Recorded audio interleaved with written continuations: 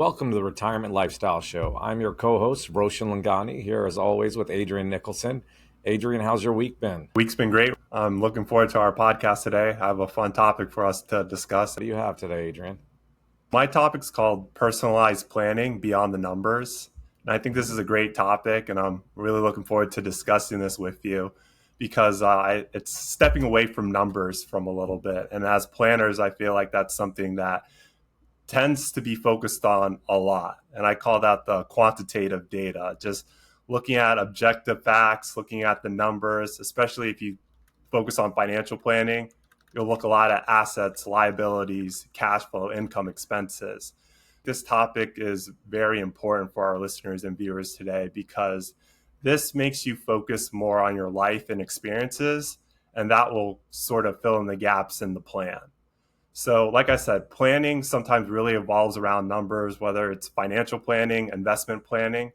And if you don't really focus on your life and your experiences and more of the subjective factors, you can sometimes miss on what truly matters. And sometimes the whole purpose of financial planning and investing is just really to just achieve certain goals or what you want to get out of it in life. So I have these I call it the big four. And these are four subjective factors that I think are very important when it comes to planning, so that when you create a plan, it could be more personalized, more meaningful, and even more sustainable for you. Oh, that's excellent. I love the way you're going with this. I always say to our clients, and for everyone listening that's new, we are planners. Adrian and I, we're financial planners, and we manage investments as well. So we do that together. It's kind of a seamless thing because it's all about your financial life. But I always tell people your investments are the resource to help you accomplish what you'd like. So I love that you're going, Adrian, beyond the numbers here.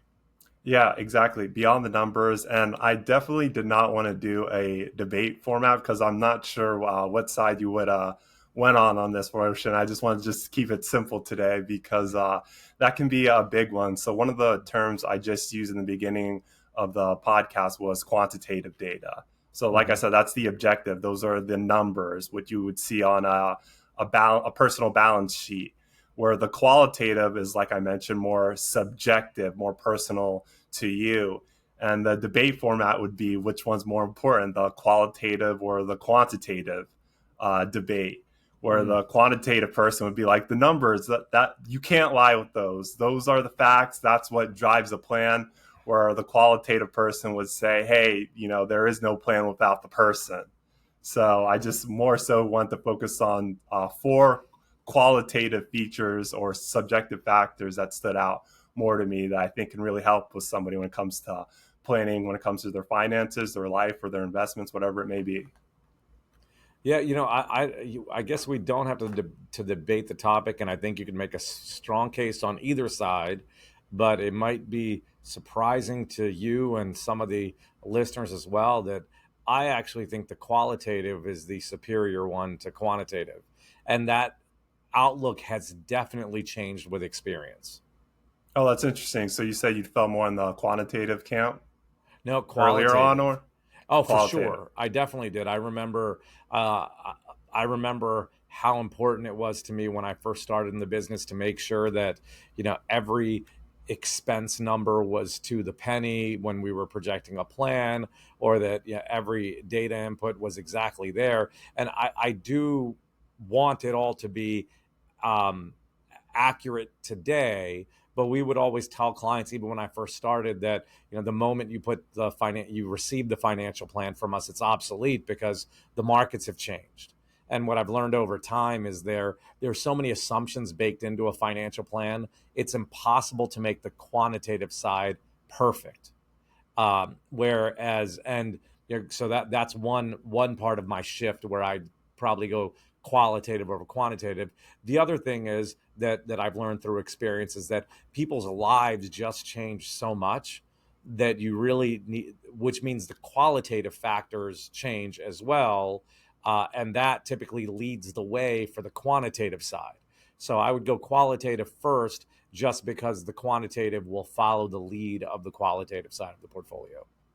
Yeah, I mean that you definitely touch on a lot of stuff that I think we'll get into later on in the podcast. But I could definitely see, depending on what the situation is, I would probably go back and forth on each camp, so to speak. But I think I'm like you, where I would feel more on the qualitative side because, again, just people's personal experiences, their preferences, their values, their attitudes definitely are some strong driving forces. And sometimes with the quantitative data or the data can say, hey, I really want you, or you should go in this direction. But we know as human beings, sometimes are irrational, might do the exact opposite just based on our own preferences. Uh, yes, yeah, I agree. So let's go through the big four, though. What do you have? What's number one? Is So this in number an order, one, by the way? Are you going reverse order? Are they in no particular order? no particular order. My first one on the list is your attitude towards risk.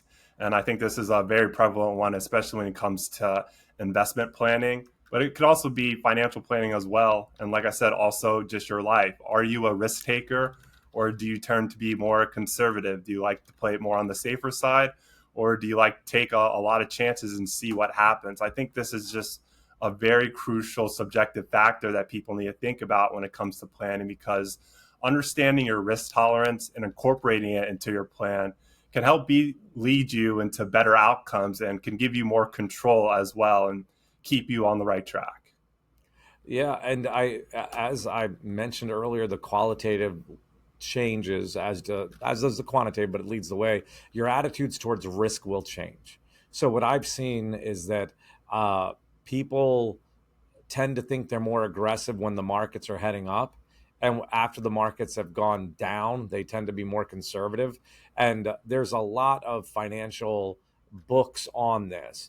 And they essentially come down to the same thing where they say we're sort of wired mentally in the opposite way, right? If you're you know if you touch the stove and it's hot, you don't want to touch the stove again, right? Well, in investing, you kind of want the opposite, where if you're putting money in when something's gone way up already and it feels good, that might not be the right course. Where after the markets have dropped 20-30%, so you've sort of been burnt by the stove, that's when the opportunity is there for you to move forward. So I think it's important to note not only what is your attitude for risk, but if you recognize that it's fluid, I think you can be a better investor knowing that.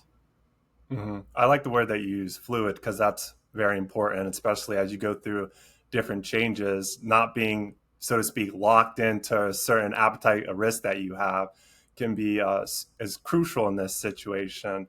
And I think this goes back to what we just talked previously in this episode, is how, let's just say you run the data, you're looking at all the facts, you're keeping everything very set in a way, and then your risk tolerance, or let's just say your appetite for risk, is you want to play very safe in this situation.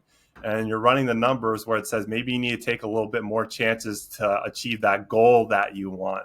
But ultimately, that's something that you just want to do. You just want to play more conservative and safe, and just whatever the outcome may be, you'll be fine with that. And I think that's something where it really comes down to the individual person to decide, should I be fluid in the situation or not? Should I continue to be very conservative or play this out safe, knowing that I might not be able to hit my goal? And if that's something that you're really willing to prioritize, I think at least being aware of that is more important for you, so you can make that decision, other than it just being made for you. I completely agree. So is there anything else you want to touch on before I move on to the second one up for the big four?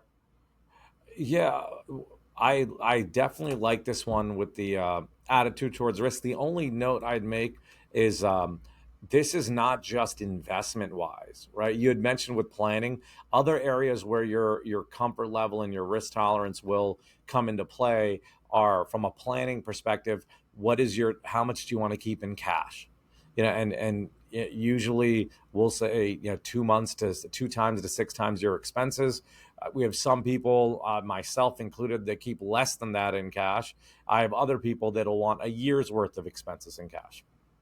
That's another form of your risk tolerance. Your insurance decisions, long-term care, disability, life insurance. What do you do on that? All of those are risk-based decisions. So it's important to know, as I mentioned earlier, your investment risk may be fluid. Well, your risk towards these other factors may be fluid as well, and you've got to look at where you stand. And I'll use myself as an example with life insurance that I mentioned on the list. I've got it knowing that it's likely and hopefully a big waste of money for me, but I didn't have as much when I was younger, and I don't plan on having as much when I'm older. But right now, while I have three young kids, my my appetite for risk when it comes to life insurance is lower, meaning I want to make sure I have it now. Whereas on either side, when I'm older, I imagine I'd be more comfortable with less, and when I was younger, I definitely was more comfortable with less. Yeah, and the only one I'd probably add to that too is also when sometimes it comes to liabilities. I mean, if you just think about, let's just take a home for an example. Taking a mortgage or taking a loan out, some people would be very comfortable with putting as little as down, but some people may be the opposite, where they don't like have certain debts or liabilities to deal with as well. So that's also another aspect. Maybe in investing too, being leveraged. That's something that scares people away, but other people say, hey, maybe that's an opportunity. That's something that I can use.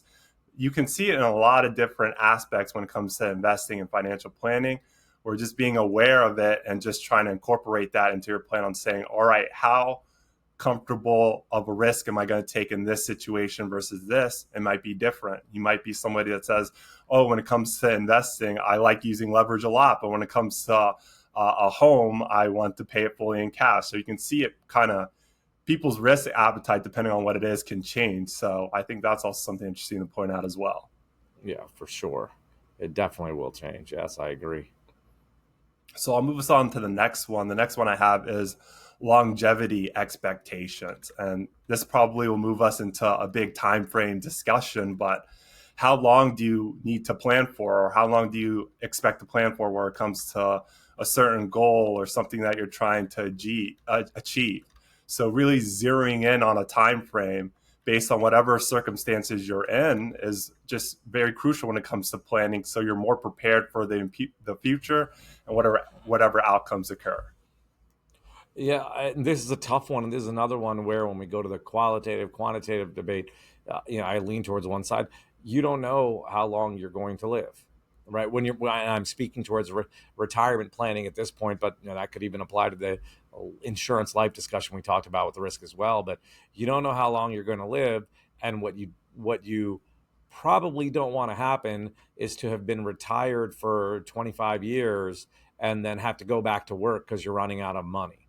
So you've really got to make sure that this is a crucial factor, right? What you use for longevity when you're doing your retirement planning. I have colleagues that approach it different ways. If you listen to our financial independence episodes, which was our season 2, where we talked about planning assumptions, you can check that out to hear what you should use for some of these assumptions.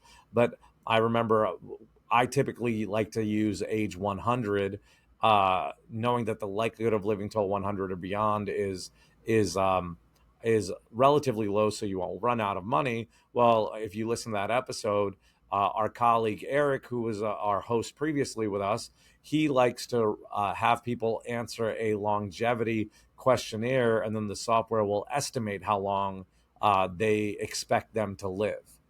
So there are multiple ways to approach it, but it is a very important um, assumption you use because it drives everything, right? If you live off, to keep the numbers simple, as I always like to do, if you live off $100,000 a year and you say you're going to live till 85 and you actually live till 95, you're $1 million short excluding inflation in that scenario. So an important one, you've got data.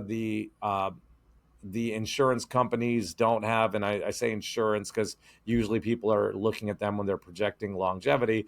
But that data is, your family history, your family members around you, but make sure you leave a little bit of margin for error so you don't end up, being that 90-year-old that needs to start looking for a job.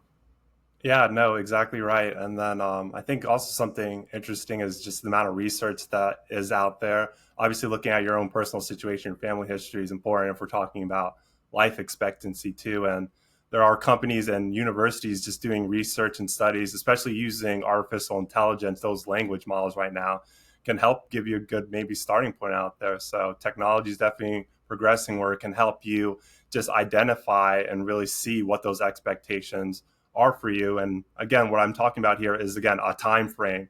That's definitely going to be different for a lot of people too, because Roshan, just using your example, maybe you want to take the more conservative route or just planning for a very long time, or maybe the risk taker here, going back to your attitude towards risk, saying, you know what, I will just use a short time frame and I'm just fine with that if I exceed that.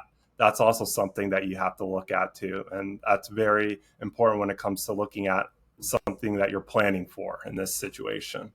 Yeah, and we have these conversations with clients all the time. So I will run a plan for someone sometimes, and it'll say they're running out of money at 95, and we want to make sure they have enough till age 100. And then we try to come up with a contingency plan. Well, what if this is accurate? You're 95 and you run out of money. What would you do?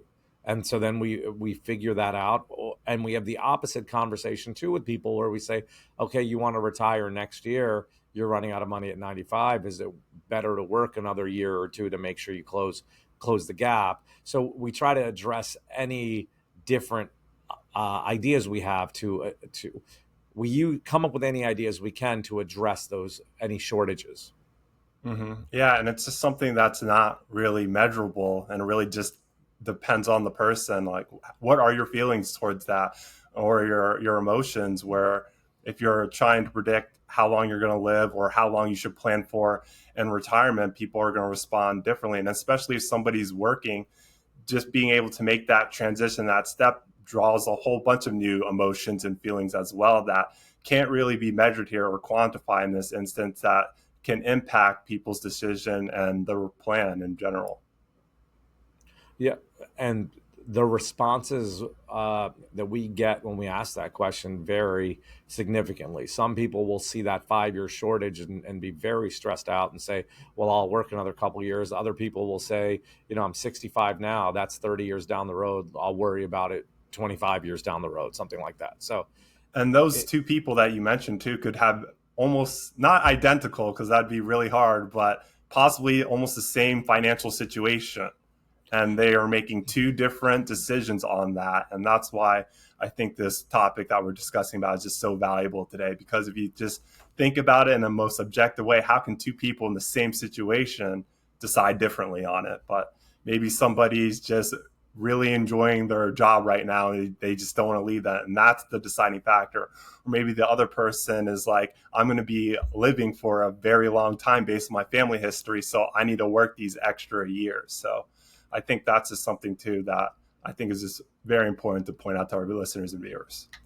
yeah, I'm trying to remember there's a book I had read years ago, The Millionaire Mind, I think, something like that, and the author talks about if I have the right book, but the author talks about how your mind is really your financial mind is really shaped by the experiences you had growing up.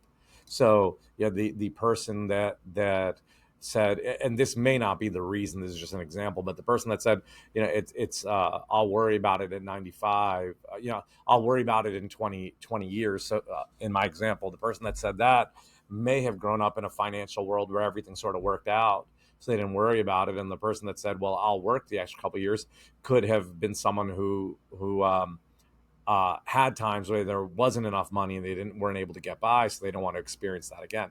So these responses are responses that are real life, but what was driving them, these are definitely hypotheticals that I'm sharing. So it can be a number of things that come up, and that's why everyone's situation is unique, because everyone themselves has had unique experiences.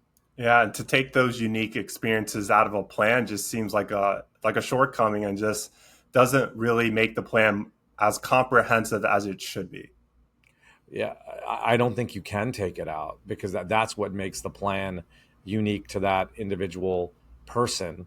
It's because it does encompass not only the quantitative side or the numbers, but it encompasses their experiences and what they want out of their life, so the qualitative side. Well, I'm trying just to consider what, if this was a debate format, what the quantitative person would say to that, Roshan. And I would say that if the numbers are pointing you in a right direction and you're going the opposite because of just some subjective factor or some experience that you had growing up, and that could push you into the wrong direction. So in this instance, if you solely focused on the numbers and made your decision off of that, that could save you from a pitfall or making a mistake. So that's just, I guess, me just freeballing here with you right now and just saying how maybe that's why you should sometimes take out some subjective factors here when it comes to planning. I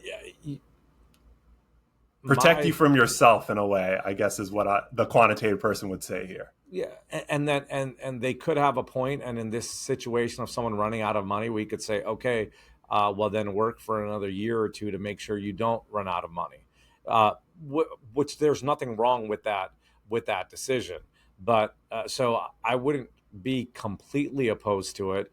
But if I'm being totally honest with you, and we're having this debate, I would my response to the quantitative person is there are so many assumptions already in here that if you think you have the exact perfect financial plan and you must make all decisions purely based on that, then you don't really know your plan very well, because you're making an assumption on longevity. That's what we started this exercise. How long are they going to live?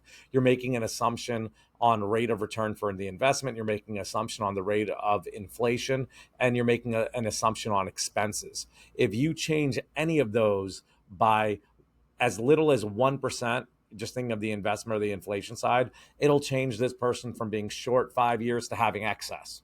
Which is a If big you're deal. Which is a big deal. If you change the assumption on expenses by a few percentage points, it'll have the same outcome.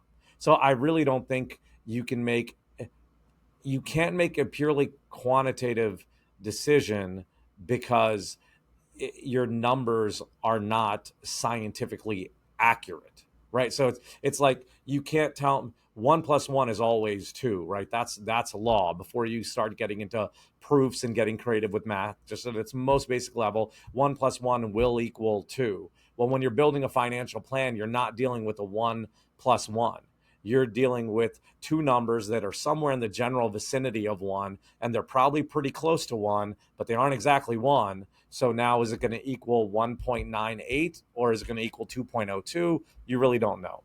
But I'm As getting long too as you're in the crazy with numbers. neighborhood, as long as you're in the neighborhood, and like we mentioned before, just trying to put the odds in your favor as much as you can. And it feel like if you're taking out quantitative from the equation or taking out qualitative from your equation, you're pretty much axing 50% if we want to keep it basic right there.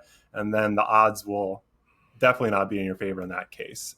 Yeah, and I'm by no means saying that the data, you shouldn't try to best to make your data perfect. Um, I'm just saying that it is impossible to make it perfect. So, in order to make up for the deficiencies, which are the assumptions, you've got to use the qualitative aspects and someone's preferences. So, in my two examples, just bringing it back together, if someone was short, if they had enough assets till 95 and they wanted to, and our goal is to make sure there's enough till age 100. Well, I've had multiple clients tell me, I've had cancer, and they've said there's no way I'll live past X, right? And the they being the experts could be wrong as well.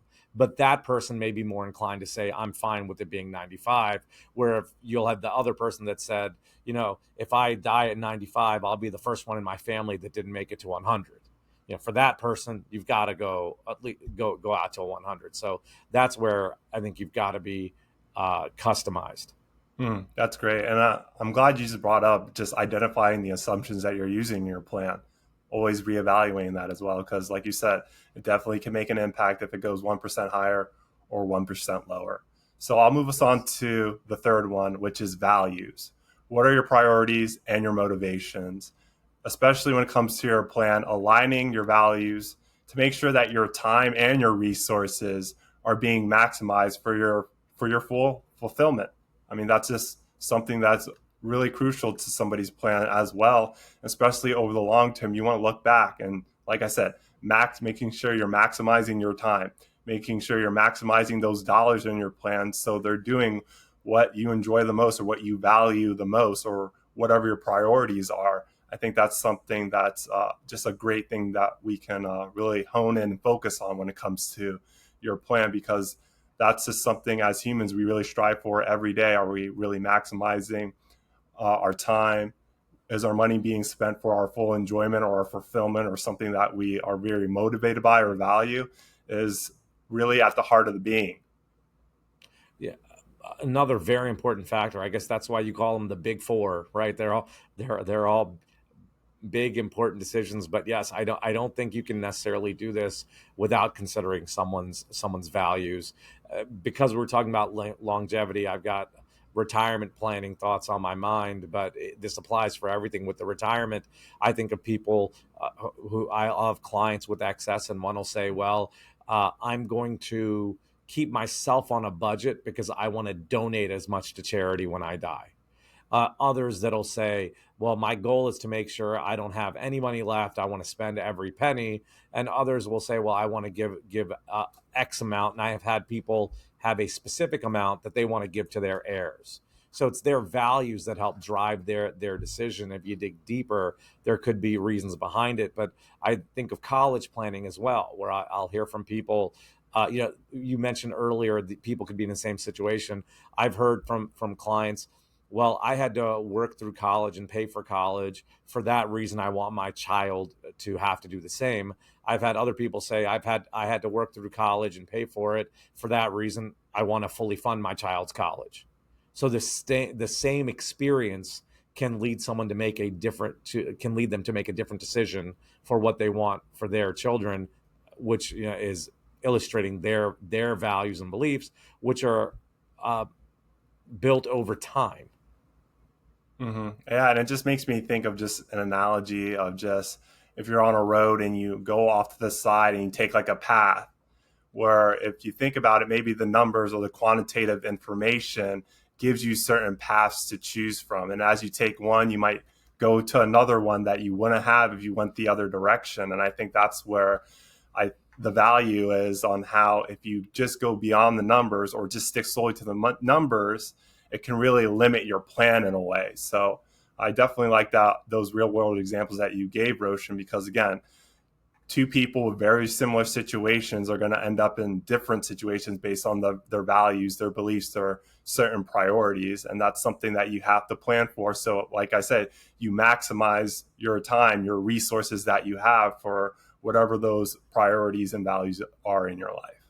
Yes. So I can move on to our last one, and this is lifestyle outlook. And what does your life today look like versus net or in the future? And I think that's another important part when it comes to planning, where just anticipate any lifestyle changes to ensure that your plan stays on track and you capture, like you said, Roshan, any changes that come along the way. Yes, this makes me think of this one makes me think of two clients, just two different situations that I'll share with you. And though you do need to do your best to project it, be ready for it to change. So the first example is a client that absolutely loved playing golf, was playing probably 4 or 5 times a week, chose his retirement location so that golf was available um, all year round. And I, all over the years I've known him, played golf, like I said, probably 4 or 5 times a week, constantly playing golf. I just talked to him uh, last week, and he said he gave up the game, not playing golf anymore. Got rid of his clubs. And I bring this situation up because he just said he realized it was too frustrating for him as all golfers have been there, and he said it was unnecessary stress in my life. It's too frustrating. I'm not playing anymore. That's just an example. So from a planning perspective, golf's not a cheap habit. We planned for it. He made sure he had enough in assets. Well, now he's got a little bit of excess for it. The next story is a very similar one in terms of excess. This was someone who was working a really busy job, got 2 weeks off a year. Maybe it was 2 to 3 weeks off a year. And so she absolutely enjoyed traveling. And then her plan was she was going to travel 4 to 6 times a year. She did that her first year in retirement. Said she felt like she was living out of a suitcase, so she shortened it to do a couple less trips. And now you fast forward, she's probably retired 10 to 15 years ago now, but you fast forward to now, and she doesn't want to travel at all. So we planned these big travel budgets of like 40, 50,000 a year to go to travel, and now she's not traveling at all. And it's not age or health or anything. It wasn't, which are also things you don't know that can cause a change in your plan.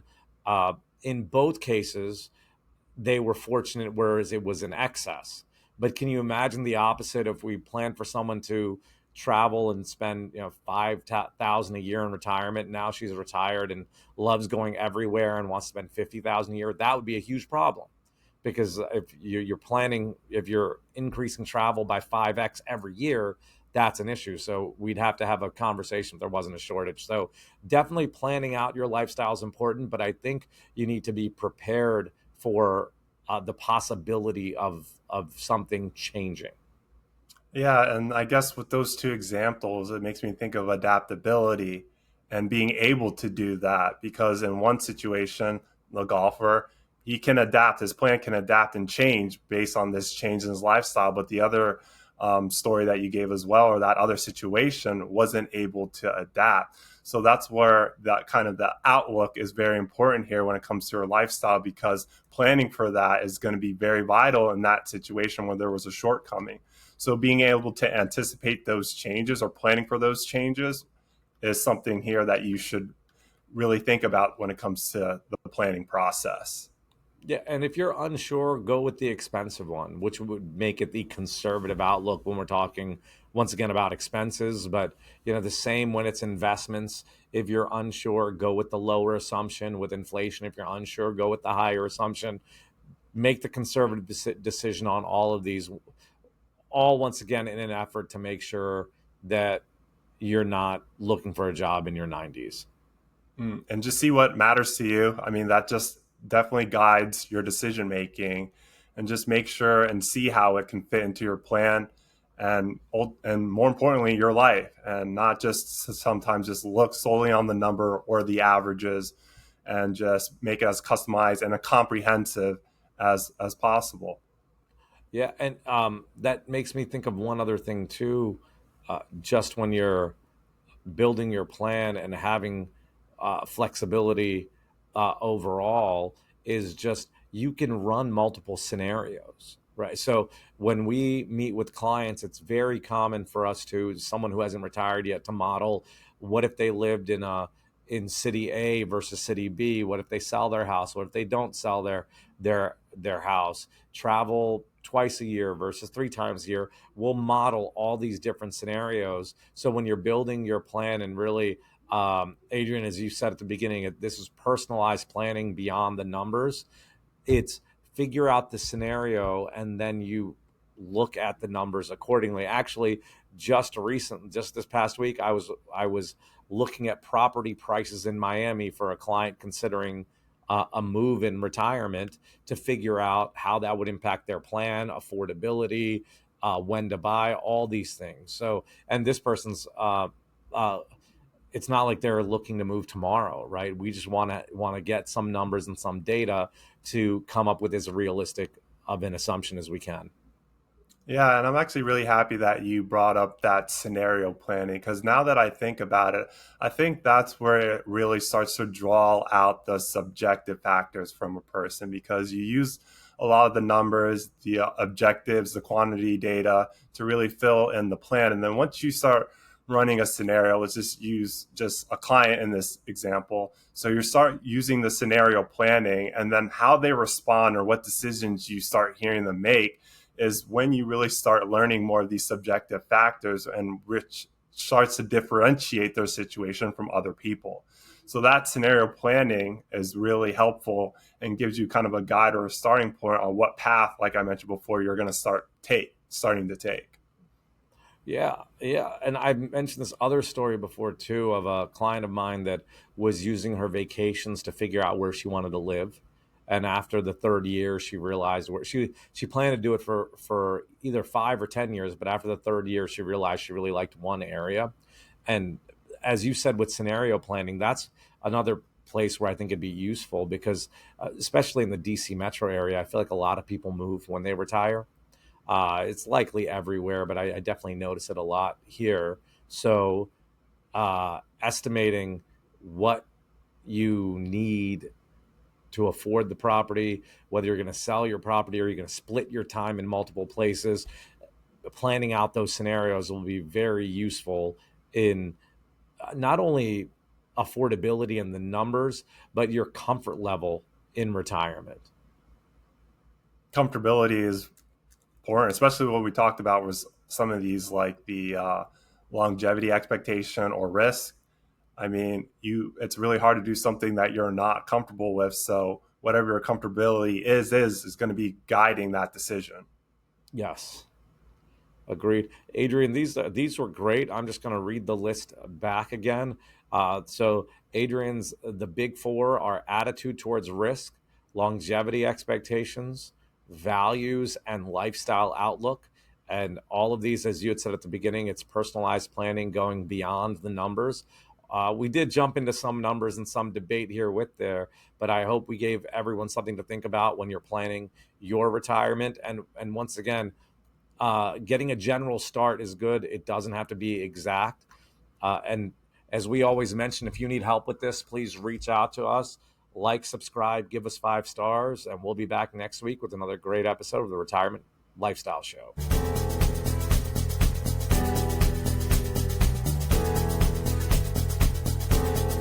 Schedule a conversation with Roshan, Adrian, or Eric today at retirementlifestyleshow.com. Roshan and Eric are certified financial planner practitioners. They, along with Adrian, are investment advisor representatives and serve clients across the U.S. with financial planning and investment advice through Arate Wealth. If you found this show helpful, gained knowledge, or enjoyed the time you spent with us, tell your friends and leave us a 5-star review. This will help others discover the show. To access our show notes, to download any of the tools mentioned in today's podcast, to ask us a question, or to schedule a conversation, go to retirementlifestyleshow.com. All opinions expressed by podcast hosts and guests are solely their own.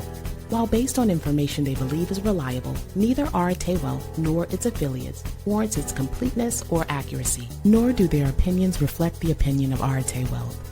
This podcast is for general informational purposes only and should not be regarded as specific advice or recommendations for any individual. Before making any decisions, consult a professional. The show hosts offer investment advice through Arate Wealth Advisors, LLC, an SEC-registered investment advisor, and securities through Arate Wealth Management, LLC, member FINRA, SIPC, and NFA. Finally, our music is The Chance by Jason Shaw and Audionautics. It's part of the YouTube audio library, and it's licensed under a Creative Commons license. I am Ray Voices. Thank you for listening.